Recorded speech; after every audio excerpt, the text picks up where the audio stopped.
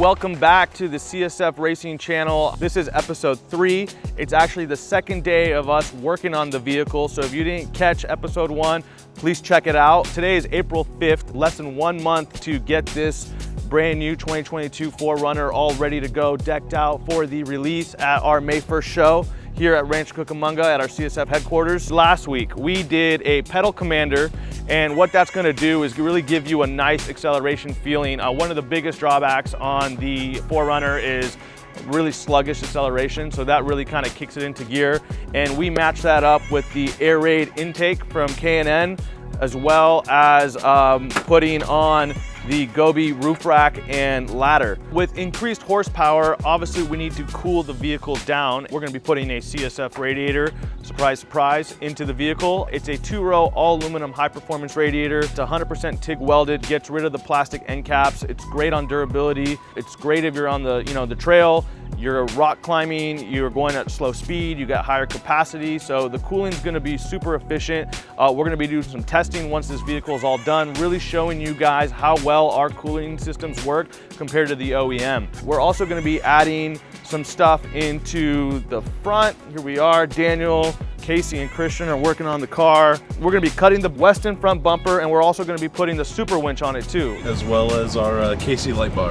I'm glad I'm not cutting the bumper. And then we got some new skid plates going on the car as well. RCI skid plates. We were supposed to install the exhaust last week, but it was a little delayed in shipping, so we're gonna put it on today. That's really gonna be the mix of bolt-on performance parts that we're gonna have on the vehicle. You're gonna have the exhaust, the intake, the pedal commander, and the CSF radiator, and this thing is going to be a legit 4Runner. So we're gonna go step by step, show you guys some of the tips and tricks when installing these parts, as well as showing you guys how it all goes together. DK's working on the radiator. You do not have to remove the front bumper to switch out to the CSF radiator. Only reason we're doing that today is because we're gonna be cutting the bumper, so we're just doing the most efficient, doing those mods together, because one's already got to come off and it's easier to access the radiator. Typical install time on installing, swapping out a radiator, draining the coolant, putting it back together should take you about 2 hours. Christian, we got our MBRP exhaust.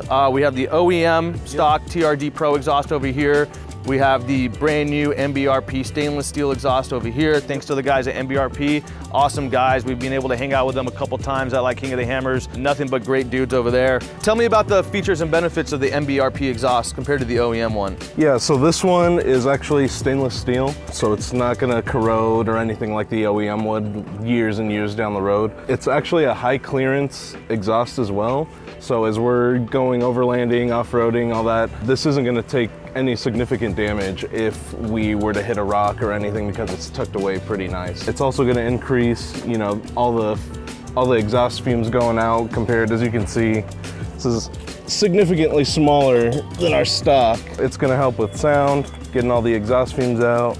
Again, it's high clearance, so protection is huge when it comes to overlanding, so that's why I went with this one over a lot of the others. That's something that you mentioned that, I didn't even think about initially. When I think of changing the exhaust, I'm thinking I want horsepower and more torque, right? But as we're building an overlanding off-road vehicle, it's also about reliability and safety and being able to make sure when you go down the hill and onto the off course, you're gonna be able to come back. Having those other benefits of clearance and all those things, that's great. It's awesome that they've designed that into the system. Over here, we got Casey. He's removing the stock OEM fog lights, which we're gonna be swapping out with the KC lights. Yeah, so Casey sent us some unreleased fog light kit for the 5th gen 4Runner that we're gonna be swapping out here. OEM light? Casey light. OEM light? Oh yeah. Casey light. Pretty much, they provided us these unreleased fog lights. They're gonna be mounted exactly like how you see here.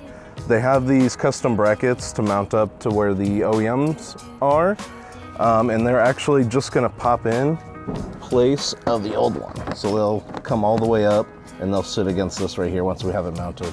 Just holding this for the first time in my hand right now, I'm seeing a couple things that actually make this not just probably a better performing light in terms of visibility, but also the structure. It's got CNC machine brackets versus plastic tabs that are built into the plastic housing of the light. These obviously look like super nice LED. I actually think the yellow rim matches this bumper perfectly in terms of the color, so that's another plus. This is an awesome piece. piece. You know, it's got a really nice thick gauge wiring harness to go behind it. This is my first time actually ever holding a KC light, and this is definitely a high quality piece. You know, don't buy that Alibaba crap, buy KC. So that's all I can say just by looking at it. So this is gonna look pretty trick when this is in the bumper. I'm pretty excited to see how this looks. The OEM light, it's LED, but this one, like you said, you have 3 LEDs with an actual projector lens, so it's gonna go a lot further. And it actually has built-in cooling fans in the back. This is basically these cuts through this. This is a heat sink. This actually helps get the heat out of the light. So, you know, LED lights obviously generate more heat. This is all by design to eliminate the heat. We know a little bit about cooling, I guess. So that's how I know about this. Over here, Christian, we got your brand new steel Westin bumper, right? And that's gonna go with some more lights, and then we got the new Super Winch as well. It comes really nicely packaged. This is definitely not gonna get damaged in shipping, which is really nice. This winch is a 12,000 pound winch, which is pretty much the full capacity of this bumper. So I wanted to throw the max amount on there. It's also a synthetic rope. So this trailer here has a steel one, so it's kind of sketchy when it starts to snap. This one, if it were to snap, it's not gonna saw you in half like a full steel line. Complete plug and play for this winch. So there's some mounting brackets on there that will mount into these 4 holes. So that winch is plug and play for this bumper? Yep. Perfect. Okay, so great. And then we're gonna be putting this KC light bar on here as well, right? So this is gonna go like this? Yep. Perfect. And how big is this? That's a 20-inch light bar. 20-inch light bar, obviously same LED quality, same really nice heat sink construction. You know, it's definitely a robust machine piece. The stuff is all pretty trick. I'm really actually very impressed with the KC stuff. You know, I'm not an off-road guy, so I've never actually had to use this stuff on one of my vehicles, but if I was, and I am, I would be definitely getting KC lights. So yeah, really cool stuff. What we don't have right now is we're actually gonna be putting a 40 bulb light strip on the top of the windshield, correct? Yeah, it's gonna hang right on top of the brackets that are already pre-made onto that Gobi rack. So okay, that'll be a little bit down the road when we actually have the light here. KC lights all over this car. We're gonna be putting this bumper, steel bumper, onto the Toyota one, and basically we're gonna have to cut this bumper, correct? Yep. We can actually just follow this guideline here when we're cutting. It'll come up here. And then you don't want to cut all the way back because this actually has brackets that mount in. So you're actually, if you can see this dirty line, it's actually a perfect outline of where we're going to be cutting. So we just follow that around, it'll come out, and then this should go in onto the stock crash bar mounts, and then this will just slide right over. Just hearing the idea of cutting your bumper, that probably is going to concern some people. They're probably gonna be a little nervous doing it. We're gonna show you a little bit later on exactly how to do it so you have the confidence to do it yourself. Again, this entire build is gonna be mostly DIY. So if we can do it, you can do it. You know, we're 4 guys, 3 experienced mechanics, and you know, but nothing crazy. So with you know, some simple shop tools, with the right tools, this is something you can definitely do. So we're probably gonna tape it off, find the guideline, make sure it looks straight, and you know, measure twice, cut once. You know, basically all you need to be able to do this is what you said, M10 and M12 bolt. Yeah, you're looking at a 10 millimeter deep socket and a 12 millimeter deep socket, as well as some wobbly extensions should help. Okay.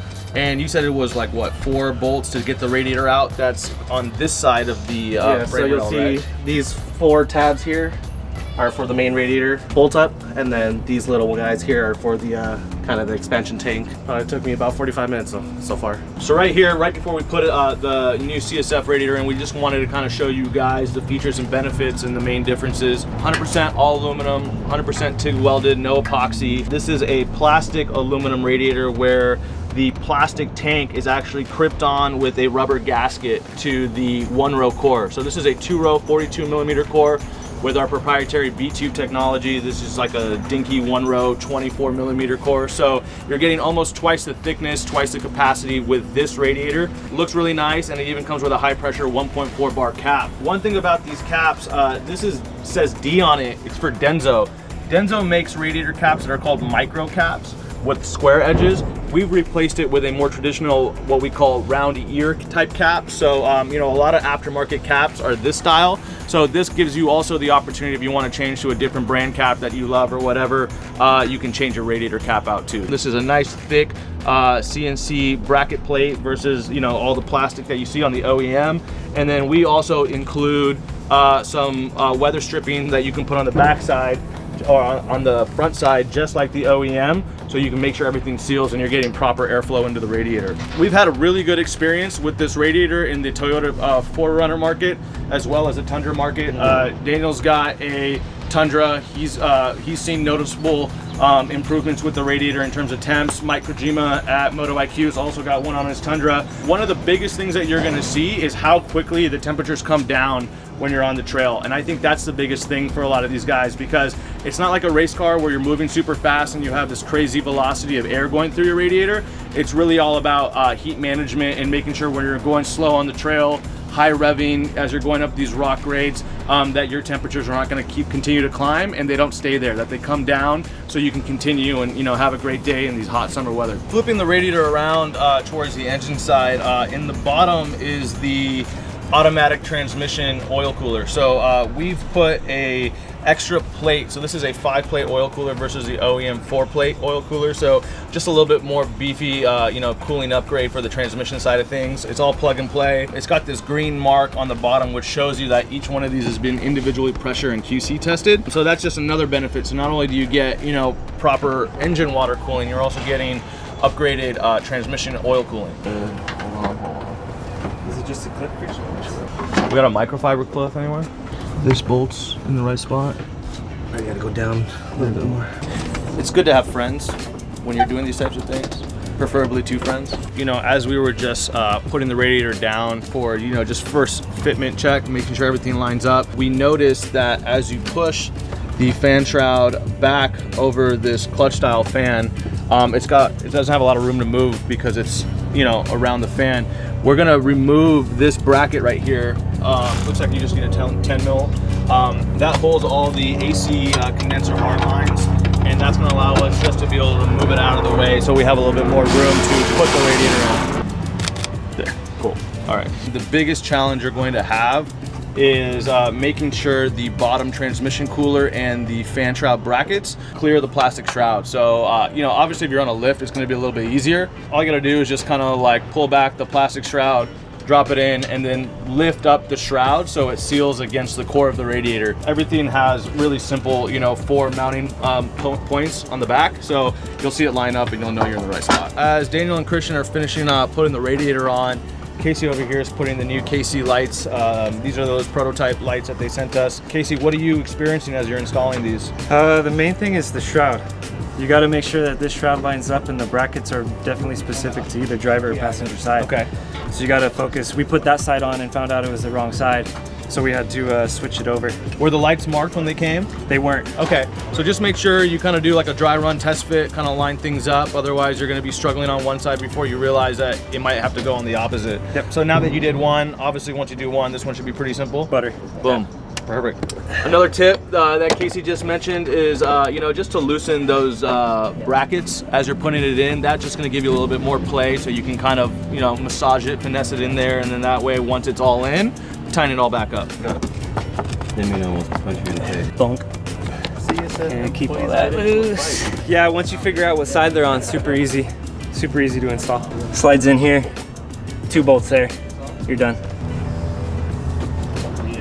Earlier we kind of mentioned that we were throwing on these skid plates, didn't get into too much detail. This is actually RCI's full skid plate kit that they have for the 4Runner. This plate actually right here is an integration plate, so we can still use our stock TRD skid plate. 1/4 inch aluminum plates, so they're going to be a lot lighter than some of the guys that are running the steel, so these are a lot more durable as well, whereas you have the steel, which kind of likes to break. If you were to hit anything on here, it'll flex and bend to the shape of whatever you're hitting.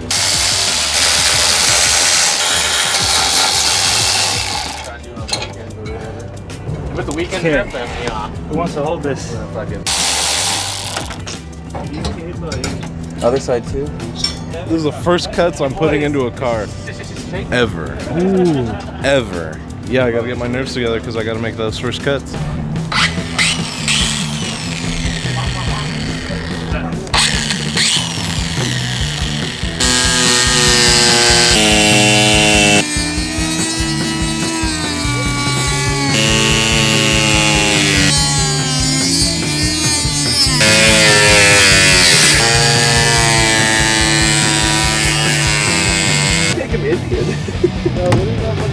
Oh.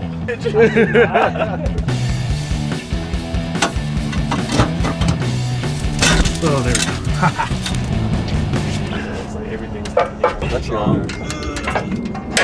Yeah, baby. Stop talking. One thing that we realized going through the instructions is that the torque spec for the bumper is actually not in the instructions. So this is really important, especially if you're gonna be using the winch. You got a lot of force on there. Christian was able to find it on the forums, and I believe it's 82 foot-pounds. Christian, is that correct?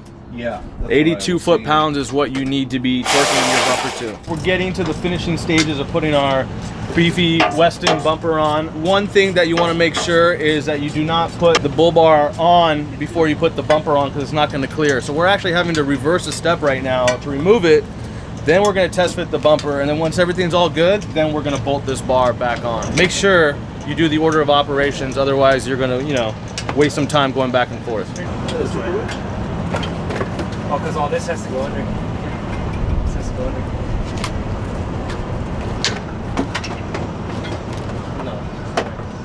Pull that, we got to pull it off.